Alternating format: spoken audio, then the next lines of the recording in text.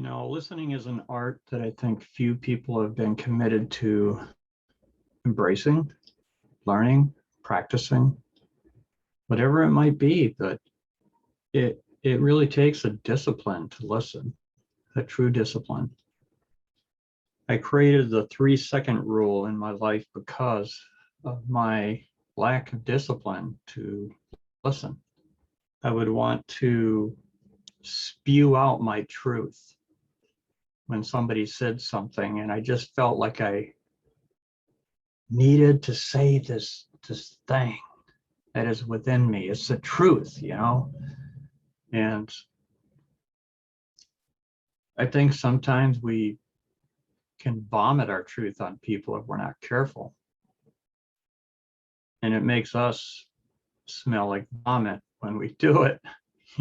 Just say no to vomiting your ideas. An old spiritual advisor of mine said, never get into a pissing contest with a skunk. And that was in my early sobriety. Boy, that took a lot of work. And really what I didn't know is that the objections that I had to the outside world were always internal. And I had to revisit that whole idea of why it is that I have this seeming need to just throw out an idea. So I created this 3-second rule. Like, someone would be talking and I just feel this need to just say something right away, because I got the perfect thing. Or they need to be put in their place. That didn't happen as often as my really wanting to share my special truth or something, which of course is a joke in and of itself. But the 3-second rule, what is it? I mean, I make myself count to 3. If somebody else is talking and I want to say something and I feel that pressure in my chest, like that excitement or that urge to get that out, I will count 1001, 1002, 1003 in my head, but more in my heart to discipline my mouth, which is right in between the head and the heart. This is the balancing point. And I do my best to actually continue to listen to them rather than think about what I'm going to say. And if their lips are moving, then I can't talk after my 3-second rule. So it was a point of self-discipline and learning to listen, but it's also a symbol of respect. You give that other person who is speaking the time to process their ideas. And sometimes we get in a hurry because we're afraid we're not going to be heard. And so we just feel like we got to throw it out there real quick or we'll never be heard because the other person wants to interject their ideas. And this seems to be a proclivity that so many of us just have controlling our lives or something. And this, we all really need to work on this a bit, I think. Well, not all of us, but a lot of us, you know who you are. And I couldn't even say this if I didn't need to work on it myself. Why would I create a 3-second rule for something I didn't need to practice myself? So it took some years to where that anxiety, that desperation to get my ideas out there, that impulse, some people would just call it an impulse. I'm going to call it a desperation because if you're honest, man, you're just almost like on the verge of being desperate to say something. It's like, no, I can't feed that. And then, I used to attend a whole bunch of 12-step meetings.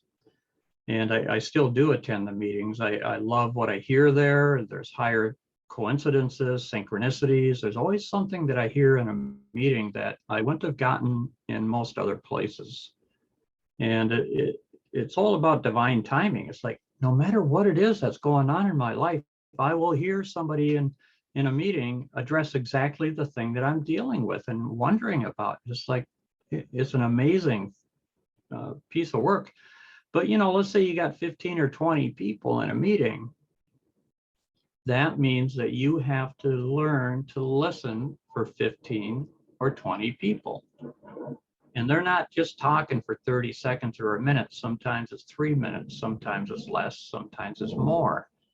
You might not need to hear it, but they might need to say it. So you listen. And that's respect. But it's also a great discipline to learn how to listen. You got to wait until all these people have got done talking before you say something. Or if you are one of the misfortunate few that get to speak first, then you have to sit there and listen and not say anything about anything you hear from that point forward. So that's a blessing in disguise too, I suppose. But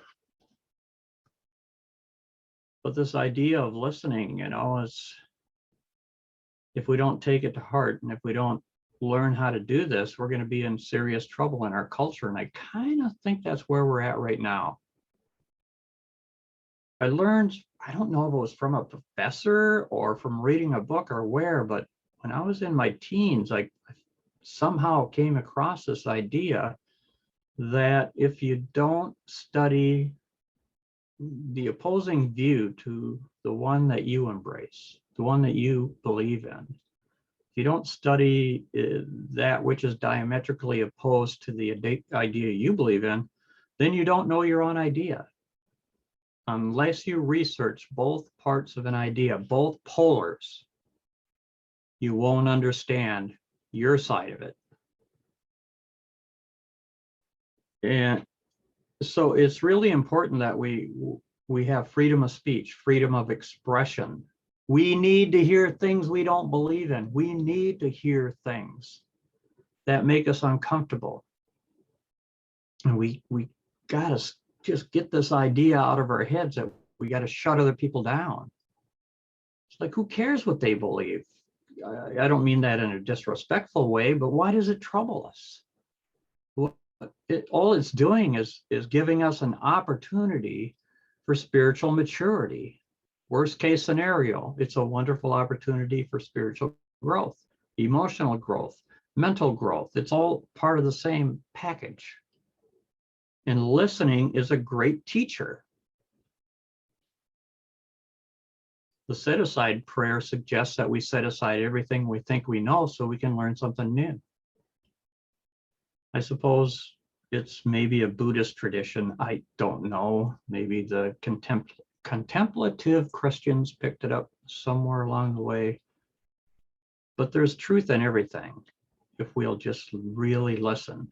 And it may be a truth only you can hear, that's only intended for you, even though the other person has no intention of it being your truth. It's like almost everything that I've learned in life, almost everything that I repeat in life, I've gotten from someone else or something else, and if I wouldn't have been listening, I couldn't repeat those things. I love quotes, not because I aggrandize myself in the quotes, because it taught me something and it made me grateful for being alive. For that moment, I read something and it just got me, right? And I got excited about life. And, somebody said, have you ever had an original thought?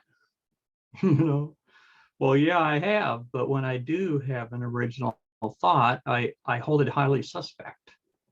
Because my best thinking got me in prison for 13 and a half years. My best thinking kept me buried in a bottle trying to find God in the bottle of alcohol for 19 years.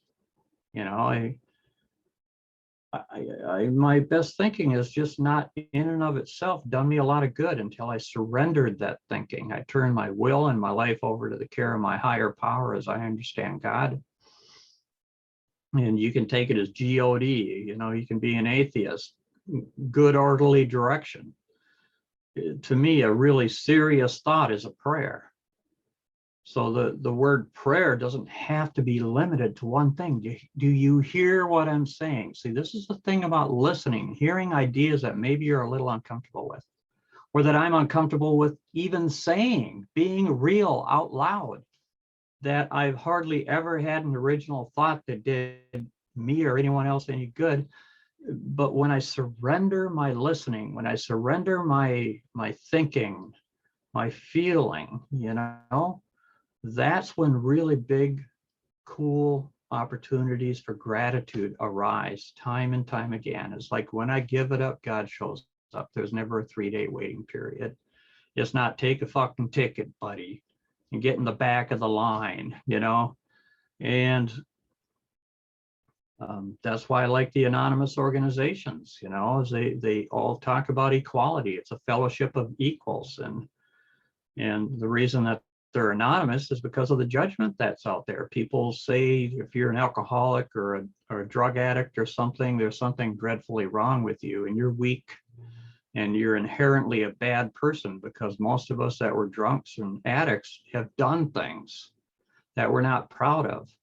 And people will judge us. If they knew all the crap that we pulled, we'd be in a lot of trouble.